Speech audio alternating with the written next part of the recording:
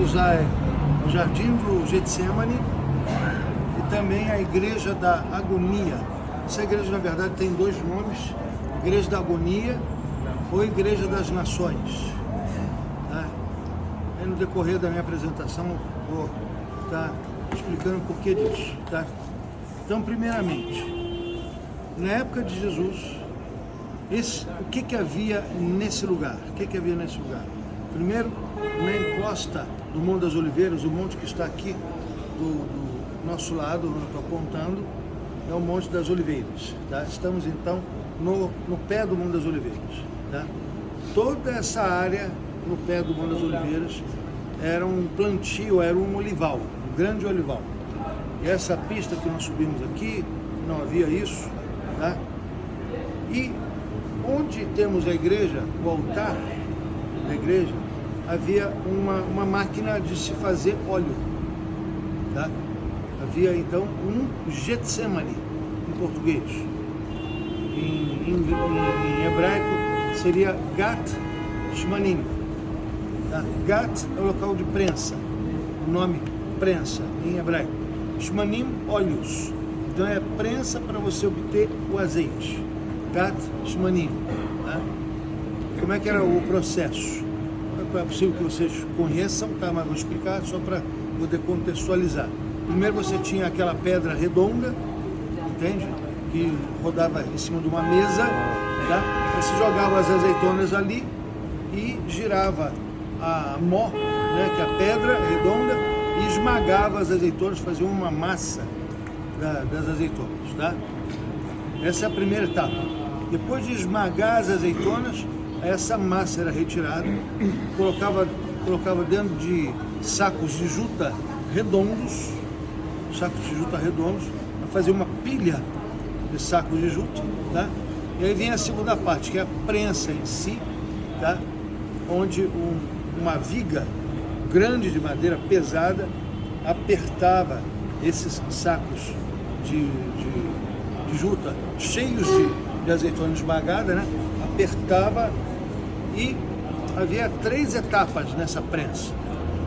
Primeira prensa, só com o peso da viga, tá? Saía o óleo mais fino, o óleo mais puro, mais clarinho, é o óleo de primeira prensa, como é conhecido, né?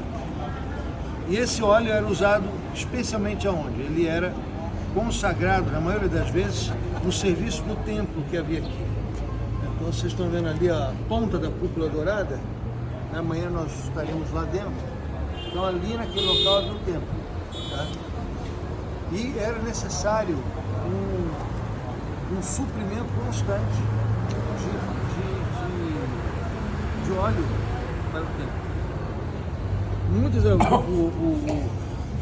Muito azeite era utilizado no templo. Tá?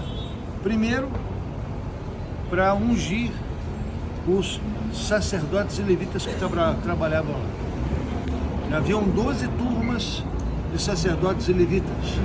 Cada turma trabalhava um mês. Tá? Então, no início de cada período, onde eram trocados os sacerdotes e levitas, todos eles eram ungidos. Ou seja, todos preparados, recebendo a unção do Espírito Santo para desenvolver o seu trabalho ministerial aqui. Tá? Além disso, para alimentação, é claro, e para também iluminação. O templo tinha muitos cômodos e tudo era iluminado com lâmpada de azeite. Ou seja, era bastante óleo que se utilizava no templo. Tá? E por isso havia necessidade de ter uma produção garantida, que era aqui nesse lugar. Tá? Então aqui as 2 etapas, a prensa em si que macerava as azeitonas, e a segunda etapa onde se obtinha o óleo mais puro. E essas 2 máquinas, digamos assim, ficavam onde? Ficavam onde está o altar da igreja hoje. Ali, tá? Pois bem, primeira etapa, vem o óleo mais puro. Depois se colocava um peso de pedra, pesado mesmo, no braço dessa viga e apertava de novo. E aí saiu o quê? Um óleo mais escuro. Esse óleo mais escuro era também possível alimentar deles, né, para comer, usar o azeite para várias receitas, né, digamos assim.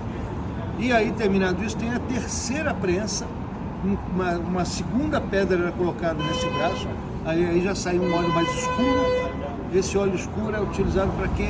Para iluminação, não no templo, mas iluminação em outros lugares, nas casas, e também para fazer sabão.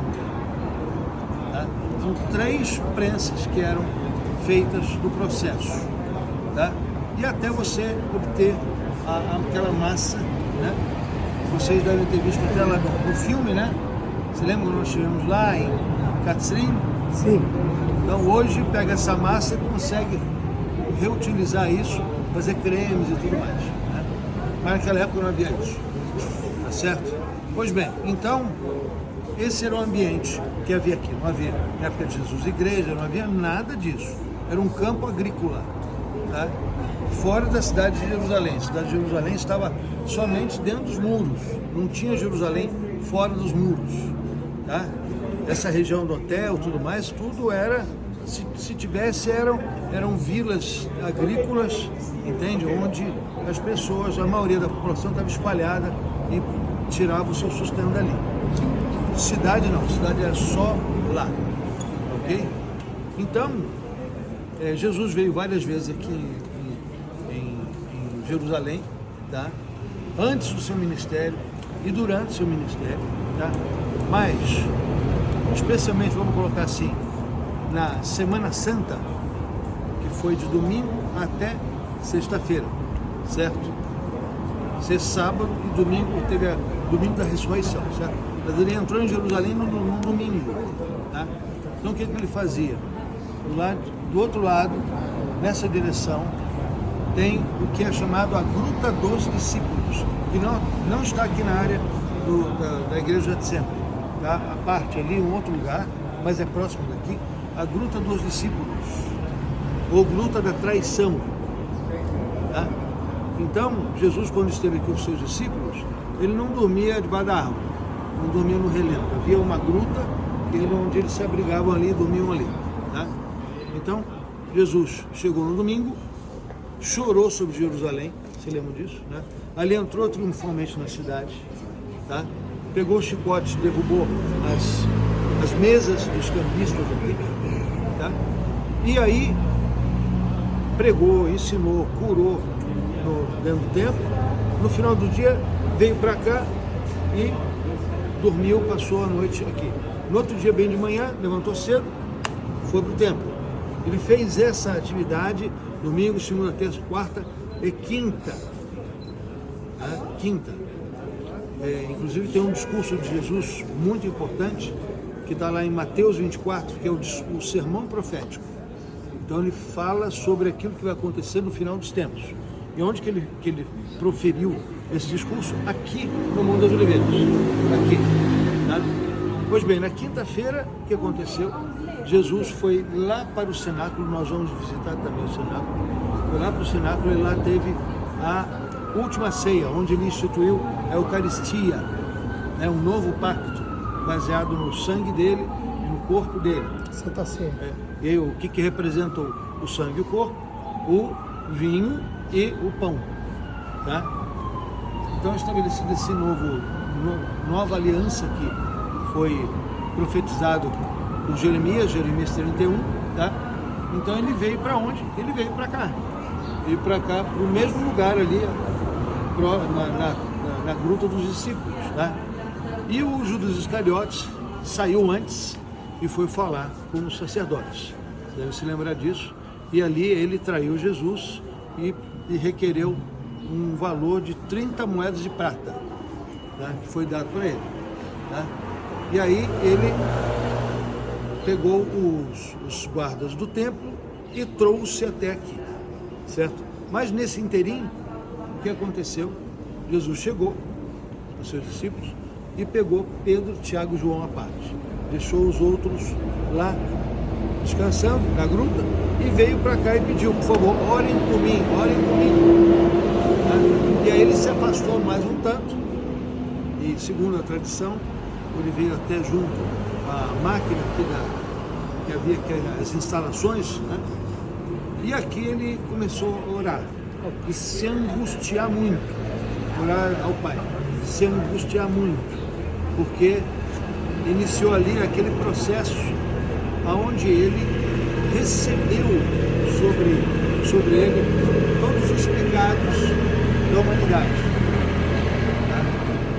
Ou seja, logicamente, os pecados daqueles que creem, né? Porque o sacrifício de Jesus passa a ser válido, ele é para todos, mas ele só vai ser válido na vida daqueles que creem. Tá? Quantos o receberam? Todos aqueles que o receberam. Tá? Está disponível para todos, mas aqueles que é como se alguém vai lá e dá um cheque para você, está aqui, assinado, bonitinho, preenchido, conta cheia de dinheiro. Ele vale alguma coisa, o cheque em si? Não, só vai valer se você for no banco, depositar o cheque e passar esse valor para sua conta. Aí sim, mas se você não pegar isso, então é a mesma coisa. O sacrifício de Jesus é válido para aquele que o recebe. Tá? E ele aqui começou a receber sobre sua vida, sobre sua alma, o peso do pecado que ele não cometeu. Ou seja, ele foi diante de Deus aquele que morreu no lugar daqueles que creem nele. Tá? Isso começou aqui. Ele nunca tinha conhecido pecado, né? Deus eterno. E aí a maior aflição de Jesus foi o quê?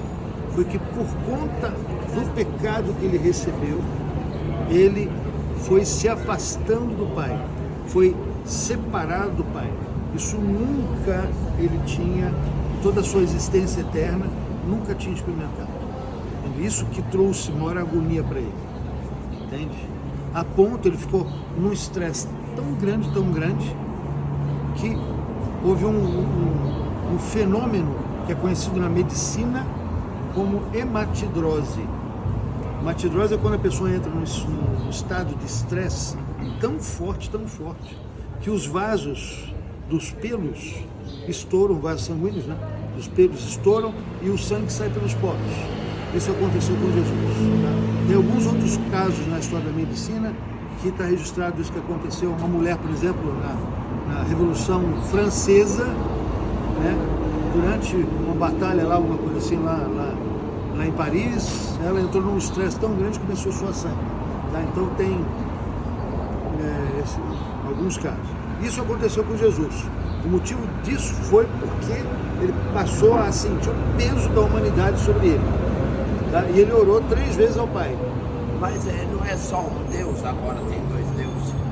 Não, é um Deus só. Ele está rezando para quem, Jesus? Então? Agora você entra num mistério que é muito difícil para o ser humano entender. Não é para ele entender, ele é para ele aceitar. Deus não é homem, Deus é Deus.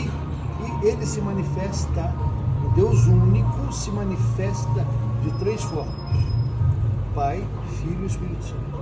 Mas é o único Deus. Aqui é a Trindade. É a Trindade. Aqui estava se manifestando o Filho, mas que é um único Deus, junto com o Pai e junto com o Espírito Santo. É algo que extrapola o entendimento humano. Mas você é uma Trindade. Você é uma Trindade. Você não é só corpo. Seu corpo vai perecer, vai morrer. Mas em você tem o seu espírito. Deus dá o sustento da vida, a sua vida e a sua alma. Que é tudo aquilo que você é. O corpo morre, mas fica a alma. Entende? Então você também é uma Trindade. Parece que não, mas você é. E aí tem renascimento, então? Ressurreição. Sim. Isso. Todo ser humano vai ressurgir. Só que a palavra de Deus fala: uns ressuscitarão para a vida e outros para a morte. Vida eterna e morte eterna. Mas todos ressuscitarão. Amém. Continuando. Então, Jesus estava, o Filho de Deus, orando ao Pai, e pediu: se for possível, afasta de mim esse cálice, ou seja, essa prova que eu tenho de passar, né? Mas, se não, que seja feita a sua vontade. E orou 3 vezes, tá? E a gente pode até associar 3 vezes com aquilo que acontece com as azeitonas. Elas são maceradas primeiro e depois são pressionadas 3 vezes, ok? Isso aconteceu aqui no Getsemane, com Jesus, certo? Pois bem, orou o Pai, passou por todo esse estresse e quando já tinha terminado a terceira oração, estava conversando com os seus discípulos, estava incentivando eles a se manterem firmes em oração. Aí chega o Judas Iscariotes com os guardas do templo, tá? E devia ser um ambiente mais ou menos escuro, só as tochas, lamparinas, e aí todo mundo mais ou menos igual, né? Barbudo, mesma roupa, alguma coisa assim, cabelo comprido, talvez. O que o Judas combinou com os guardas? Aquele que eu der um beijo é esse que vocês têm que prender. Então Judas foi até Jesus, deu um beijo em Jesus e Jesus falou: Judas, é com um beijo que você trai o Filho do Homem? Meu amigo. Para que vieste? Para que viesse? É com um beijo que você trai o Filho do Homem? E aí os guardas pegaram ele, entende? E aí o Pedro puxou uma espada, cortou a orelha do servo do sumo sacerdote chamado Malco. Aí Jesus foi lá, botou a mão no lugar, curou a orelha dele, tá? E aí os guardas amarraram a Jesus e levaram Jesus para a casa do sumo sacerdote Caifás, e lá ele foi julgado pelo Sinédrio, tá? Então, aí teve o transcorrer de tudo aquilo que aconteceu com Jesus. Mas o que eu posso dizer aqui, queridos, que foi nesse lugar que Jesus definiu a sua vitória. Entende? Aqui foi que ele recebeu, com toda a consciência, a certeza de que era sim da vontade do Pai que ele passasse por tudo aquilo. Então, tendo ele recebido, né, essa certeza, essa aprovação do Pai, então daqui ele foi. Foi da vontade do Pai que Judas traiu sim, ele sim, tudo dentro da vontade do Pai. Entende? E se vocês lerem com atenção os evangelhos, os 4 evangelhos que falam sobre isso, vocês vão ver que Jesus, ele conduziu todos os eventos que aconteceram: julgamento pelo Sinédrio, caso de Caifás, depois julgamento pelo Pôncio Pilatos. Então, tudo aquilo que ele falava era com o intuito de que ele chegasse até onde ele chegou. Entende? Até a cruz. Cumprindo um roteiro, né? Cumprindo o roteiro.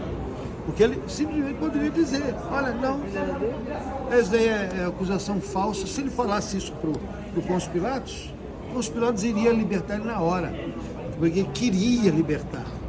Mas Jesus não deu nenhuma chance, não falou nada.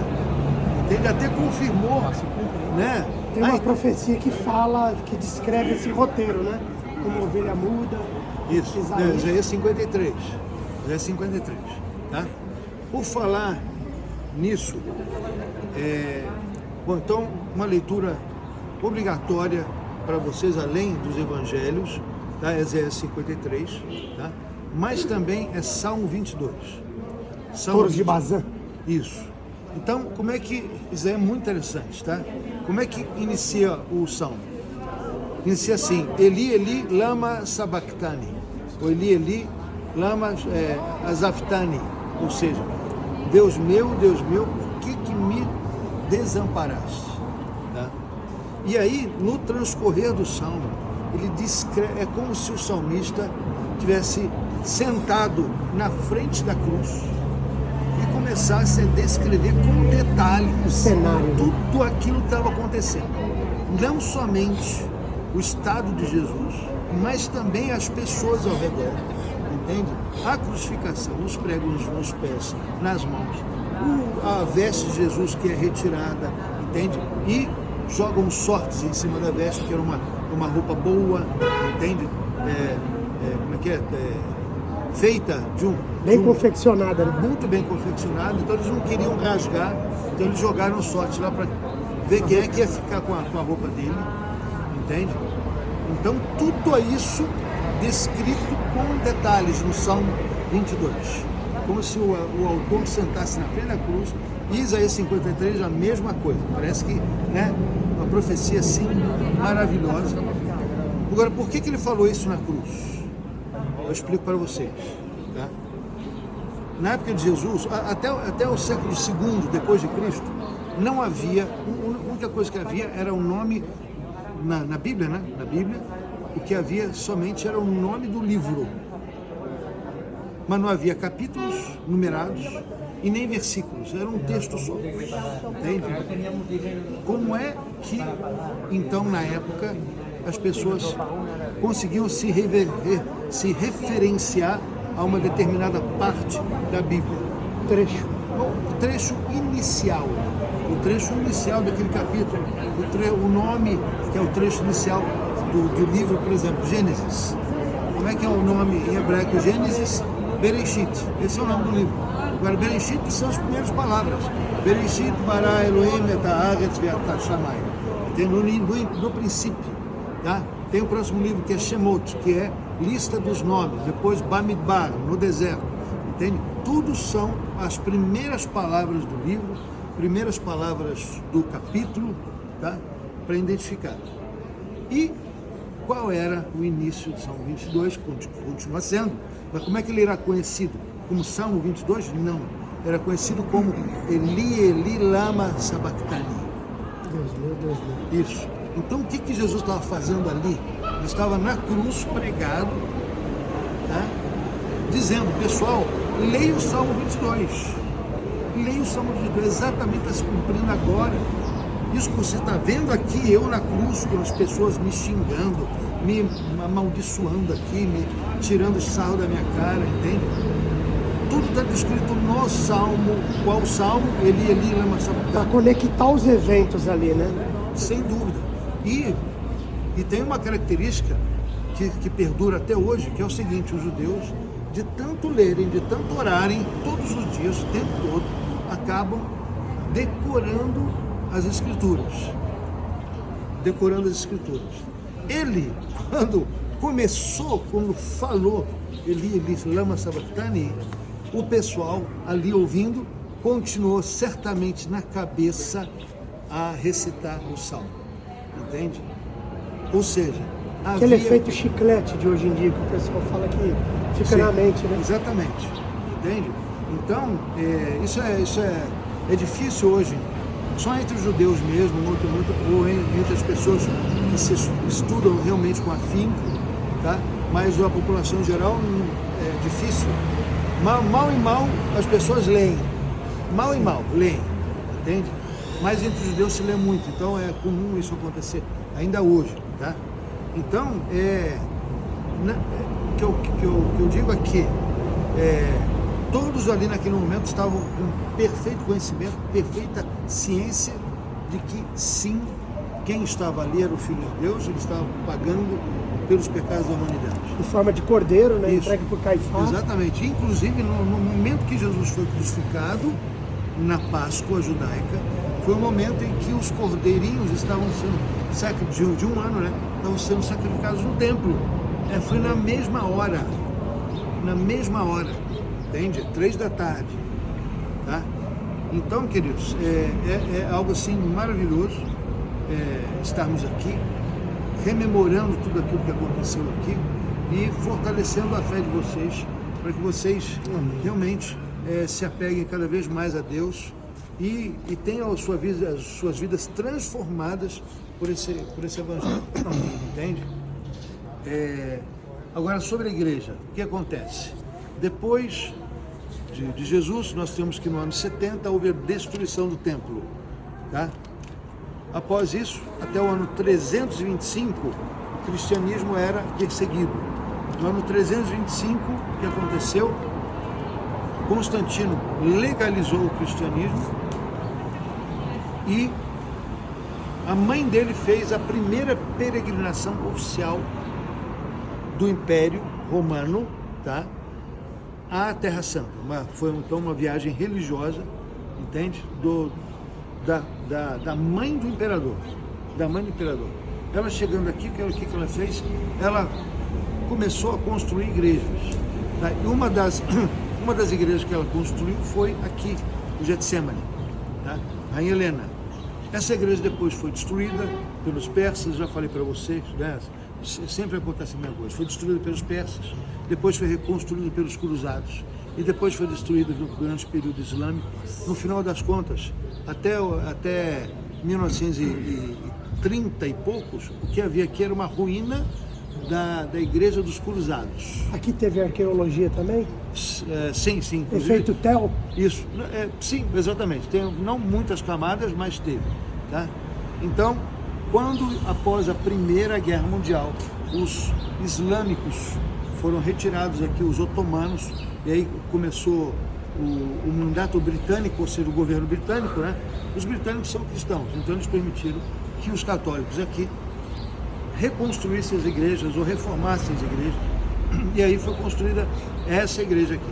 E aí o nome, Igreja das Nações, porque várias comunidades católicas do mundo todo bancaram a construção dessa igreja, ou Igreja da Agonia, porque marca a agonia de Jesus, o momento em que ele foi o ponto de sofrimento, assim, um dos pontos mais difíceis, né? O outro ponto mais difícil, sem dúvida alguma, foi na cruz, tá? Mas aqui começou esse processo, tá? E aqui foi que ele definiu, né? Daqui vamos em frente até o final, tá? Então, o que acontece? Pelo fato de ser Igreja das Nações, ela tem várias abóbodas, o teto não é reto, tem abóbodas. Cada abóboda é de um país que ajudou financeiramente a construir. Tá? Então tem Alemanha, tem Itália, tem França e tem a abóboda do Brasil. Tá? Então você entrando, pega a esquerda, primeira, segunda, terceira abóboda, você olha, a abóboda é a cúpula. Aí, ó, você tira a foto aí em português, ó, naquele ali. Alô? Tira a foto ali.